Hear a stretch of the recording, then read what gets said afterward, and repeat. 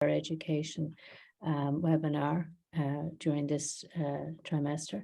I'm delighted to introduce to you this afternoon Dr. Magdelina Kitanova, and she will be talking about youth political engagement, corruption and higher education. And Magdelina is a postdoctoral research fellow here in UCD on our Pinnacle project.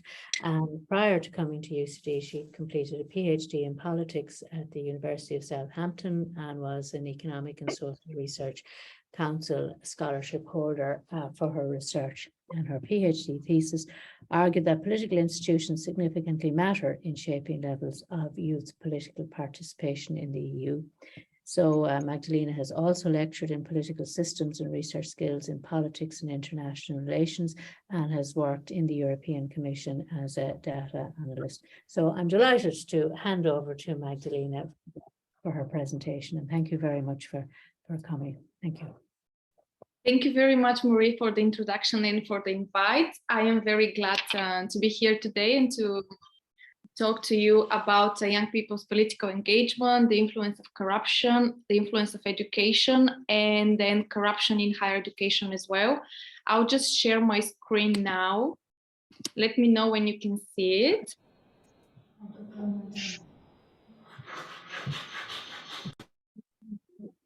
Okay, can you see my screen? Yeah? Yeah, perfect. In today's talk, I'll be talking to you about youth political engagement, which is something that I have analyzed, as Marie has just said, in my PhD. So in my PhD, I had looked at what is the influence of different institutional settings within a country on the level of political engagement of young people in the European Union. I have analyzed the level of corruption more in depth. And now for the purpose of this presentation, I have also put an emphasis on how education influences young people's political engagement in the European Union. And I have also created like a mini case study of Bulgaria, which is where I am originally from, and how the levels of corruption in Bulgaria is a highly corrupted country. This has an influence on the higher education sector. So first, I'll start by looking at what is corruption and how I have measured corruption for my PhD thesis and, of course, for this presentation. Then I'll move on into the youth political engagement and the differences across the different EU countries. And after that, I'll be talking about the influence of education and the situation in Bulgaria in terms of the corrupt nature of higher education in the country. I'll be analyzing and testing my hypothesis using a cross-sectional time series data set from the European Social Survey between 2002 and 2016. So by the time I was doing my PhD, the only data sets from the European Social Survey were the one between 2002 and 2016. So this equal to 8 data sets available, or 8 waves for analysis. And this is what I have analyzed in my PhD, and I'll be presenting you today. Also, I have combined those data sets with an original data set on the institutional level variables, again for the same years, in order to create credible analysis. And I am using multi-level logistic regression to perform the statistical analysis. And I have looked separately at the European Social Survey in 2016 as the most recent one back then when I was doing my PhD. And after data cleaning, there were about 13,473 respondents that were aged between 18 to 24, which classify them as young people. And I have also done analysis, as I said, for the European Social Survey for all of the available data sets between 2002 and 2016, which after data cleaning gave me a number of respondents of 184,913,000. So here, I'll start by looking at some descriptive statistics, and on the screen you can see the electoral participation. Okay, electoral participation in terms of the European Social Survey in 2016. So here by electoral participation, I mean people who have voted in an election in their country. And what we can see from the graph is we can see the number of voters, and then we can see their age. And what is very noticeable is like we see kind of a U-turn here. So the older you are, the more likely you are to vote. And the lowest levels of electoral participation we can see are at the age between 18 and 22. And then again, the electoral participation level starts to fall down after the age about 81, 82 years old. And we can see that there is a huge difference in terms of electoral participation between someone who is 22, let's say 23, and someone who is 50 years of age. Now, when we look at corruption, I first want to clarify what I mean by corruption, because there are a lot of interpretation of the word itself and what it means in different studies. So corruption is also a very controversial measure in terms of quantitative research. So there is an existing problem in the challenging nature of corruption as a concept itself. So there are a lot of investigations that are related to corruption. However, the problem with the measure is when we look at some countries, and there are a lot of cases of corruption that have not been reported. So it's very hard to fully measure the level of corruption that exists in a particular country. But for the purpose of my study, I have used the Transparency International Index of Corruption, which is called the Corruption Perception Index. And it is a leading composite indicator that measures the public sector corruption by aggregating from more than 10 different data sets that are from independent institutions. And they define corruption as the abuse of entrusted power for private gain. So this is the definition and the way I will measure corruption. In the Transparency International, the Corruption Perception Index, corruption is measured between 0 and 100, where 0 is the most corrupted country and 100 is the less corrupted country.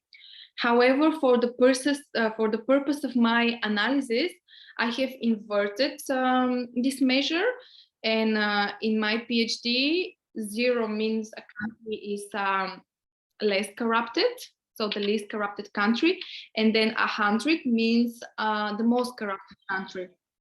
So this is how I have done the analysis, and this is how I'll be presenting it in this presentation as well. And here I am arguing that the high presence of corruption and the clientelism within a European Union country would make younger citizens feel like they have no power in the decision-making process in the country, and also will make them feel like they have no power against the authorities. Oh, so here you can see on the graph, we have the index of corruption for each country for different time periods. So you see there is 1, 2, 3, 4, 5, 6, 7, 8 on the last small graphs of each line. This means the number of waves. So for instance, the European Social Survey dataset from 2002 means 1. This is wave 1. And then 8 is for wave 8, which is from 2016. And we can see that there is a variation in terms of the level of corruption among the different countries. For the purpose of my PhD and the analysis, I have looked at 13 European Union countries, which are the ones that we can see in the screen. They're Belgium, Germany, Spain, Finland, France, the UK, Hungary, Ireland, Netherlands, Poland, Portugal, Sweden, and Slovenia.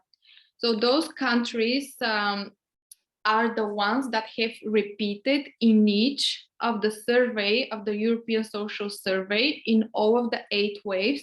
So that's why I'm analyzing only those 13 countries. And if we have a close look at the graphs, we can see, for instance, in Finland, that the level of corruption is very, very close to 0, especially in the first wave in 2002. It's 3 level of corruption at 0.3. And then at the same time, we can have a look at Poland, where we see that in wave 1 and 2, the corruption index is very high and it comes up to 65. So there is a huge differences in terms of levels of corruption among the European Union countries. So again, when we look at the countries that have been newly democratized, they tend to have higher levels of corruption as compared to a country that has been democracy for a very long period of time. Here, I mean, can you see the title properly? Okay. So here we can see the country level differences in terms of electoral participation. As I said, electoral participation is when someone has voted in the last election in the country. So again, we have all the 13 countries here. And what we notice straight away is the huge differences among them. This is something that is very striking. And we can see countries such as Belgium, the Netherlands, Sweden, that have quite high levels of electoral participation among young people. And then we can see countries such as in Slovenia and even Portugal and Ireland, and also the UK, they have like a medium levels of participation. And then if we have a look at Hungary in the recent years, so after 2010, we notice a very low levels of participation, so it is declining. What is interesting is that in Finland and Germany also, we can see a decline in the electoral participation for 2008 as well. So this could be connected to the European economic crisis that was emerging in 2008. Now on the next slide, we can see the different country levels in terms of informal participation. So in my PhD, I did not analyze only whether someone has voted or not, but I have looked at other means of political participation, which are called informal political participation. And the European Social Survey measured that informal participation as if someone has been involved in a protest, has been involved in some kind of a demonstration, has boycotted a product, or has been involved in online political activism. Because in a lot of studies, it is argued that young people are not disengaged from the political system and the electoral system itself. However, they have turned among other types of political participation, such as protests. But here we can see that the results don't look very bright, especially for the newly democratized countries. So we see Poland and Hungary, they have extreme low levels of informal participation. So in those countries, electoral participation and informal participation has not become kind of a habit, and it's not something that they can relate that much to. This perhaps is due to the fact that they are very recently democratized countries, just over 30 years, in comparison to any of the other European Union countries that have been democracies, some of them for over 100 years, and they have had the time to develop this habit of not only voting, but also being politically active as citizens and having this duty, civic duty. Now, as I said, for the purpose of this presentation, I'll be looking at corruption as an influencer of young people's political engagement.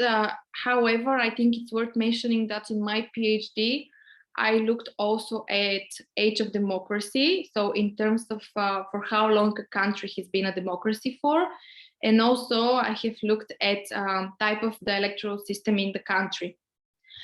So now today, the two main variables that I'm looking at are corruption and education. And of course, I am answering the question, how does the institutional setting of a country in terms of the levels of corruption and the levels of education have an influence on the propensity of young individuals to engage in both electoral and informal political participation in the EU. Now I'll go into my hypothesis. So a lot of studies have argued that the high levels of corruption within a country would decrease the voter turnout because the corroding system of the country itself can lead to a lot of distrust, alienation, and voter apathy among the citizens.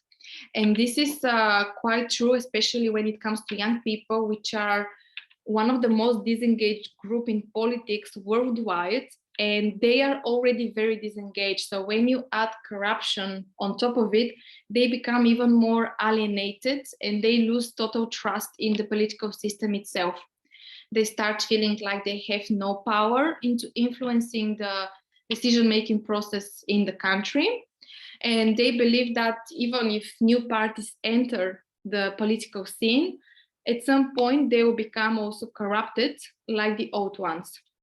So that's why I hypothesize that the high levels of corruption in a country decrease voter youth turnout, and the high levels of corruption are expected to lead to decreased levels of youth participation in informal politics as well.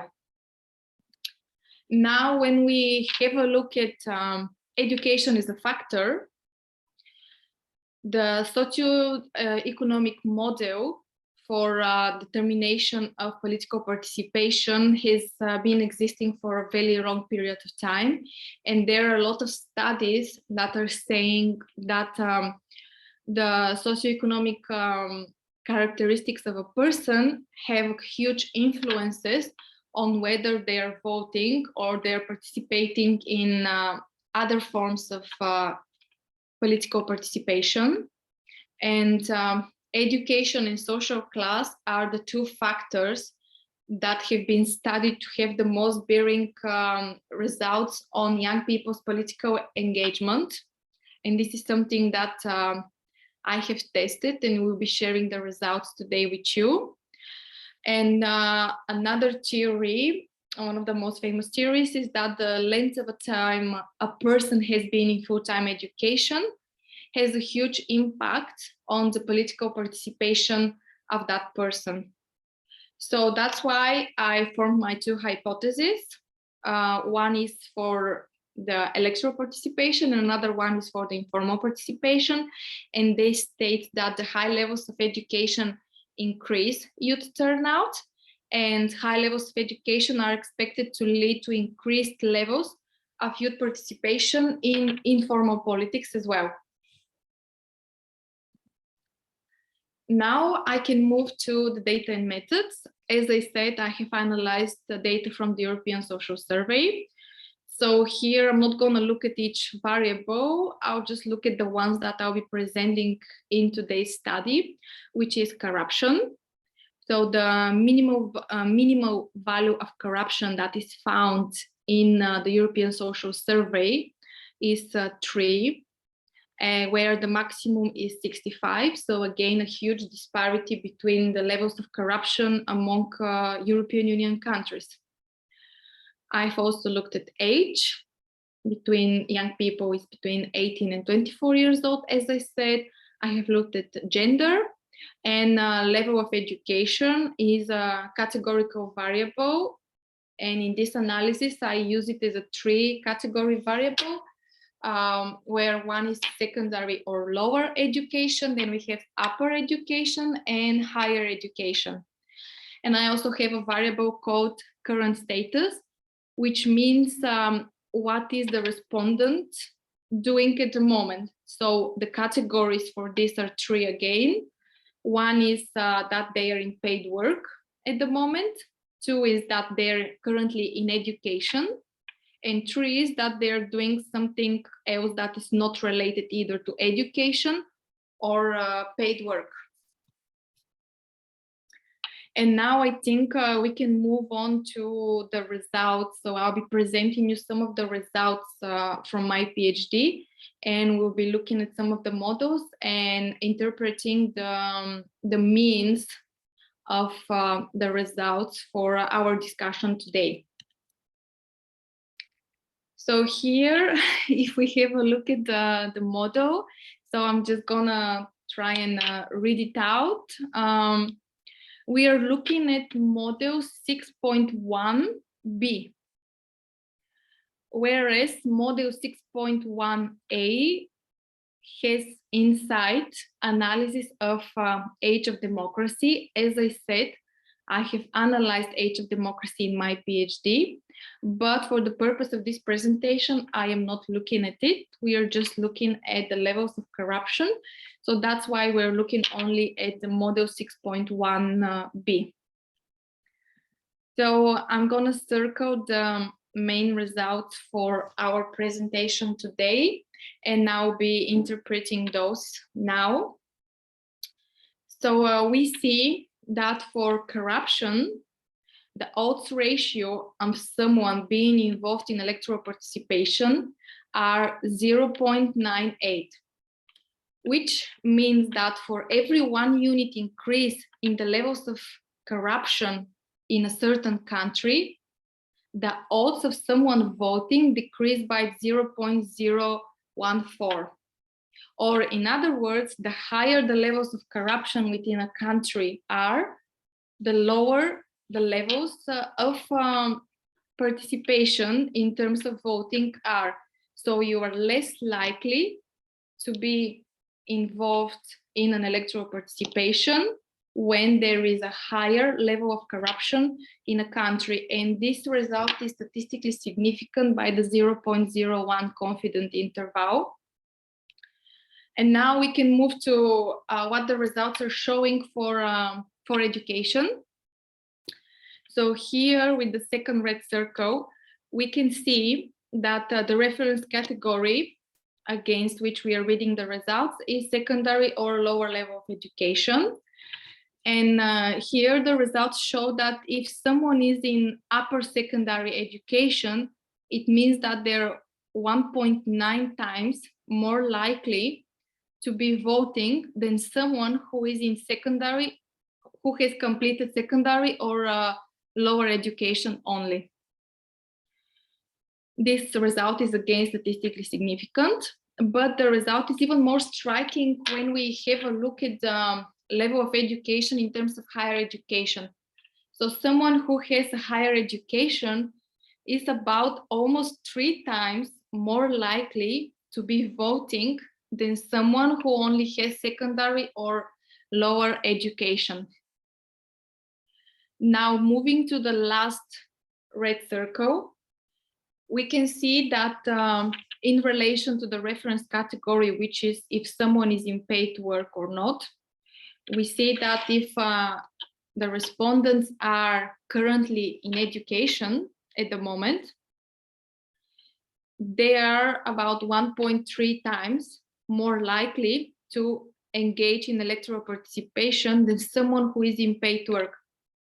Given the age groups of the analysis being over 18, we can read that result as someone who is in higher education is about 1.3 times more likely to be politically engaged in voting than someone who is in paid work. This result is again statistically significant by the 0.01 confidence interval, and the results are showing something that has been analyzed before as well, that education has a huge influence on young people's political engagement, especially when it comes to voting. And the more educated you are, the more likely you are to be involved in electoral participation.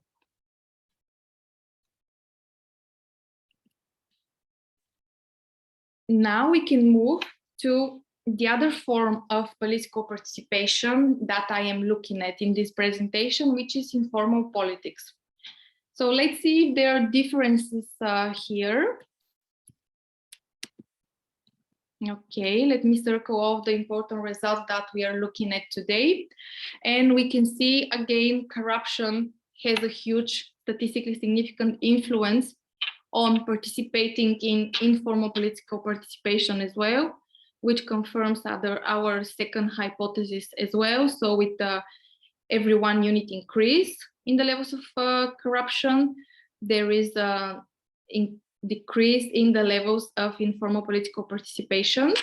And in terms of education, when we have a look at the results here, what we notice is that they're almost the same. So again, education has a huge statistically significant impact on someone being involved in informal participation as well, not only formal in terms of electoral. But what we see is that the last red circle, when someone is currently in education, meaning in higher education, they are 2 times more likely to be engaged in a protest or demonstration or boycotting something than someone who is in paid work. So education has a huge influence not only on someone going out and voting when we're talking about young people, of course, but it has a huge influence on young people when they are performing other political activities as well. So for someone to go out there and protest, they're 2 times more likely to do it if they are currently in higher education. So education is a very strong factor that contributes to the political engagement of all of the young people, and this is in all of the countries. So it doesn't matter if we are talking about the UK or Netherlands or Poland. Education is such a huge influencer for participating in politics, both in formal and informal types of political engagement. Now here, I have done analysis of all of the European Social Survey data sets, which are between 2002 and 2016. And I have included all of the respondents. So here, I'm not just looking at young people, but I am looking at all of the ages from the data sets. And what the model showed, so for this slide, instead of having the model with all of the numbers, I have graphically presented it. And what we can see is the levels of corruption on one side. So we see between 3, 20, 40, and 65, which is our highest levels of corruption. And then the different colors shows the different age groups. So we see that the black arrow is 18 years old, and the blue one is 40 years old, and then the red one is 70 years old. So there is like a representation for almost 3 age groups.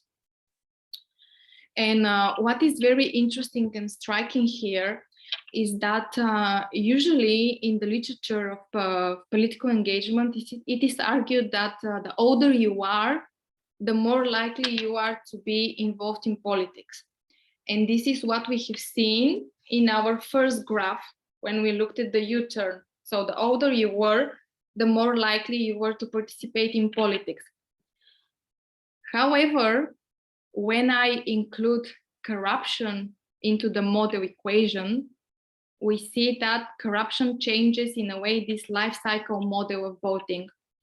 So here we see that a young person in a low corrupted country, so 3, so this red circle here, they are more likely to vote than a middle-aged person in a highly corrupted country. And I think this was one of the most striking results in my PhD as well. And I wanted to show it with you and show that all of the models that we study and everything we analyze, we have to bear in mind that each country has a specific country context. So not even in the European Union, all of the countries are the same. And when a person is situated in a highly corrupted country, that changes even the life cycle model, or And this has a huge influence on the person itself and their behavior. And now I will move to the second part of the presentation. So here, no more statistics, no more numbers.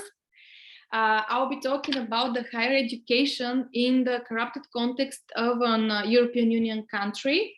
And I have chosen the case for Bulgaria. As I said, this is where I'm originally from. This is just a quick research that I have prepared only for the purpose of this presentation. And I really hope that you'll find it interesting.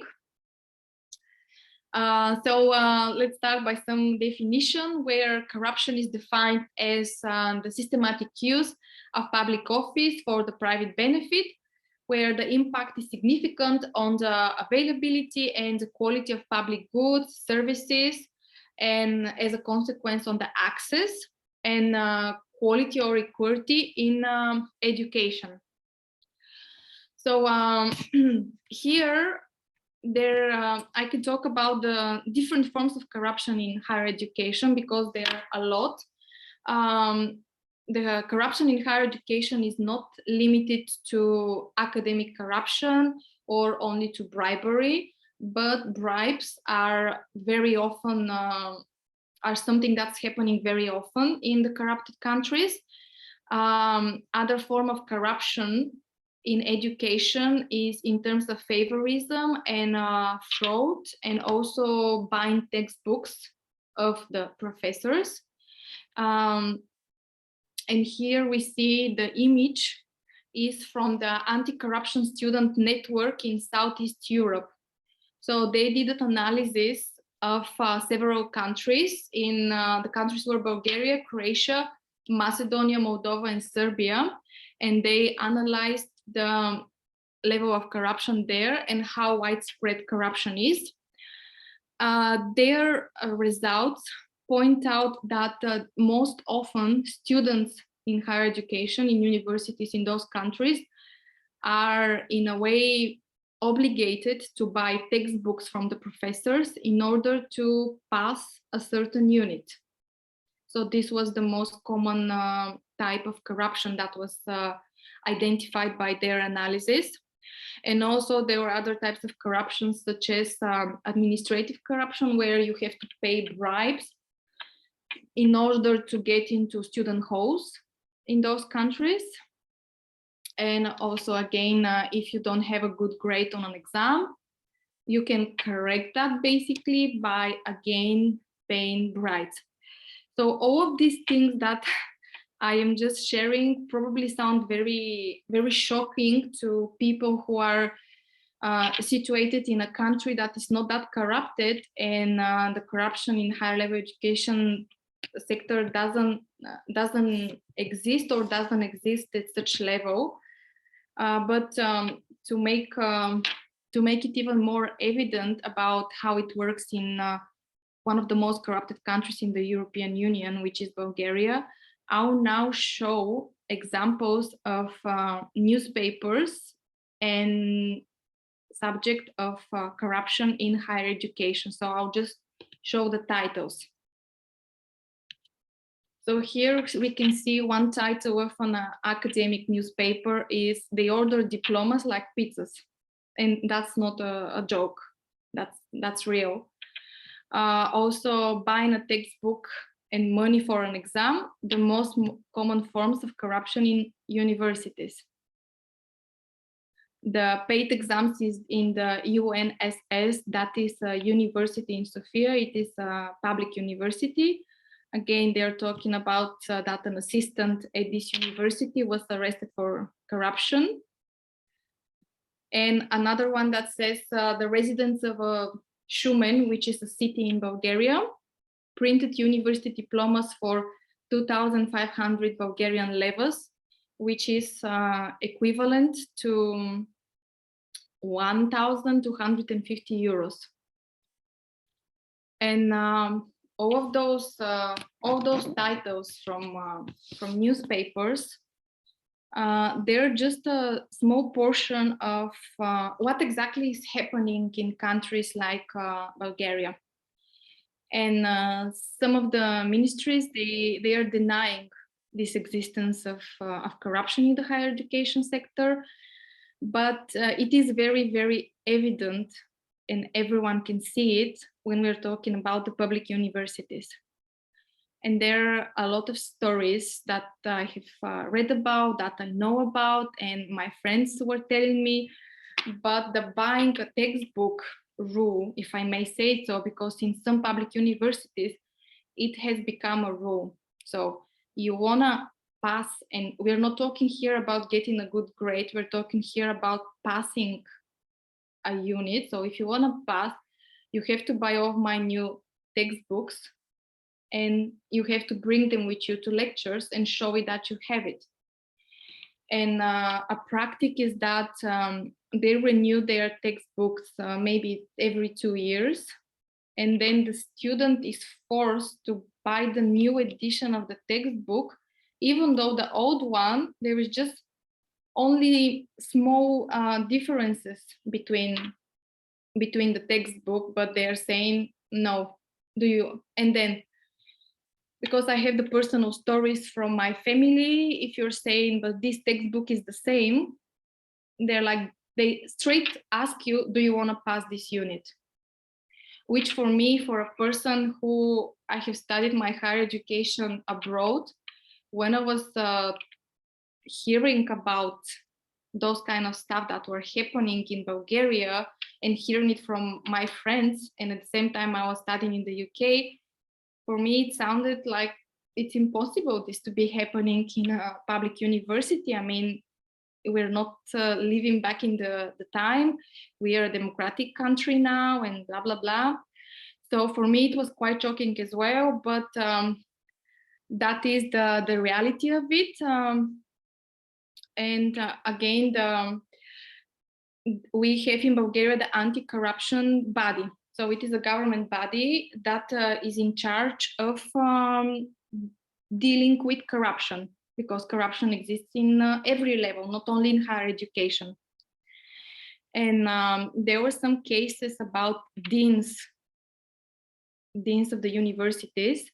They have been investigated by the anti-corruption body, and there is like a public notes about it, so you can read about the file and the investigation itself, and they're found to have given bonuses to themselves for about over 100,000 euros, and they're found guilty of that. So they're giving it to themselves for no reason. And when they're found guilty in court, the only thing they have to do is return the money, and they still remain the deans at the universities. So there's literally like no follow-up on this, and they are 2 examples of such cases in the last 3 years in Bulgaria. We're talking about huge public universities, like big ones. We're not talking about some small cities or somewhere in a village or something like this. Now, when we are talking about the existence of this problem, the existence of corruption in higher education, what needs to be done is the issue needs to be tackled. And of course, this is the ministry's the responsibility usually of the ministry, but sometimes they are denying that this problem exists. And this is all because of the way government works in Bulgaria, as we still have the influence of the mafia in the government, which is again very sad. However, I found a very interesting article from the World Economic Forum that suggested 5, in my opinion, good ways that you can start tackling corruption. But something important to say here is in order to tackle the corruption in higher education, the bodies that are responsible for tackling corruption and for higher education in the Ministry of Education, they first need to be independent and not corrupted in order to tackle the issue. So the 5 ways that the World Economic Forum suggests is first, governance. So talk about the anti-corruption initiative. So this is something that I mentioned before. And in terms of Bulgaria, the anti-corruption body, it needs to stop being corrupted itself. So the leadership of the anti-corruption body, that needs to be changed in order for all the cases to be looked at. And actually, when you're doing something illegal, you should be punished, not praised.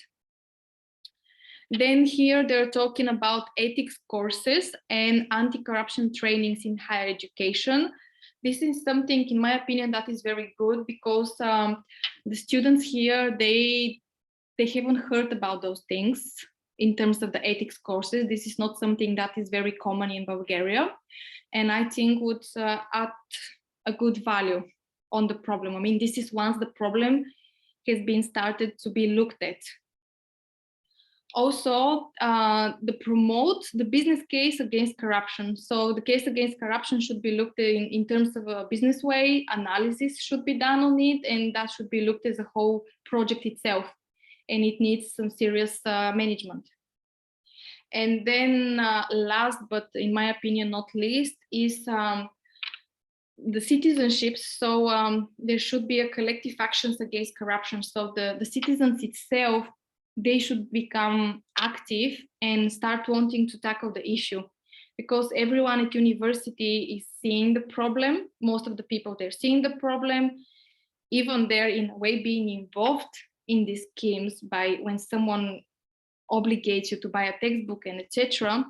And instead of just continue living like this, people should give more voice to the problem and go out and protest and try and do different citizen initiatives in order to raise additional awareness of the issue that exists. So here, as a conclusion, I can say that education is one of the strongest predictors of voter turnout among young people.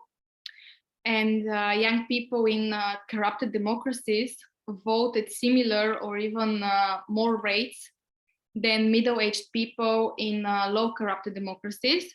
And that the government and community should be actively involved in ways that can tackle the issue of corruption in higher education.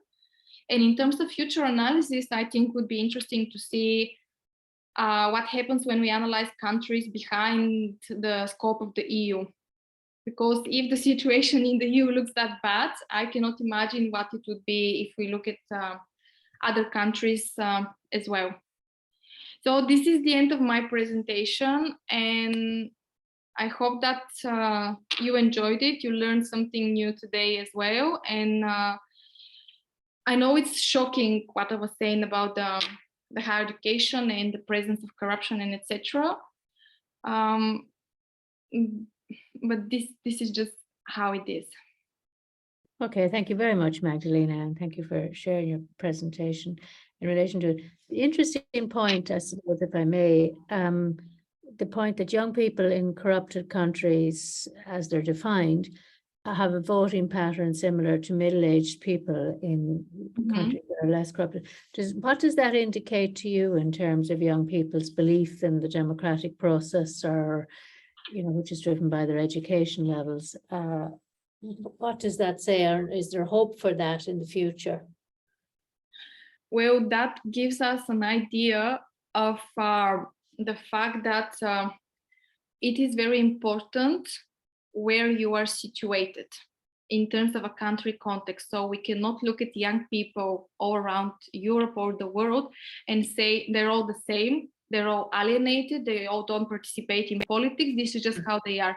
No, it's not like this. The case is way deeper than this, because what my thesis has shown is in countries where there are very, very low levels of corruption, so talking about Netherlands, where the level of corruption is 3, actually young people are participating, they are engaging in politics, and it's very different than in a country that has been a democracy only for 30 years or 31 years, of the ex-Soviet countries, where there people are not used to being involved in elections and taking part in protests. So this is something new for them.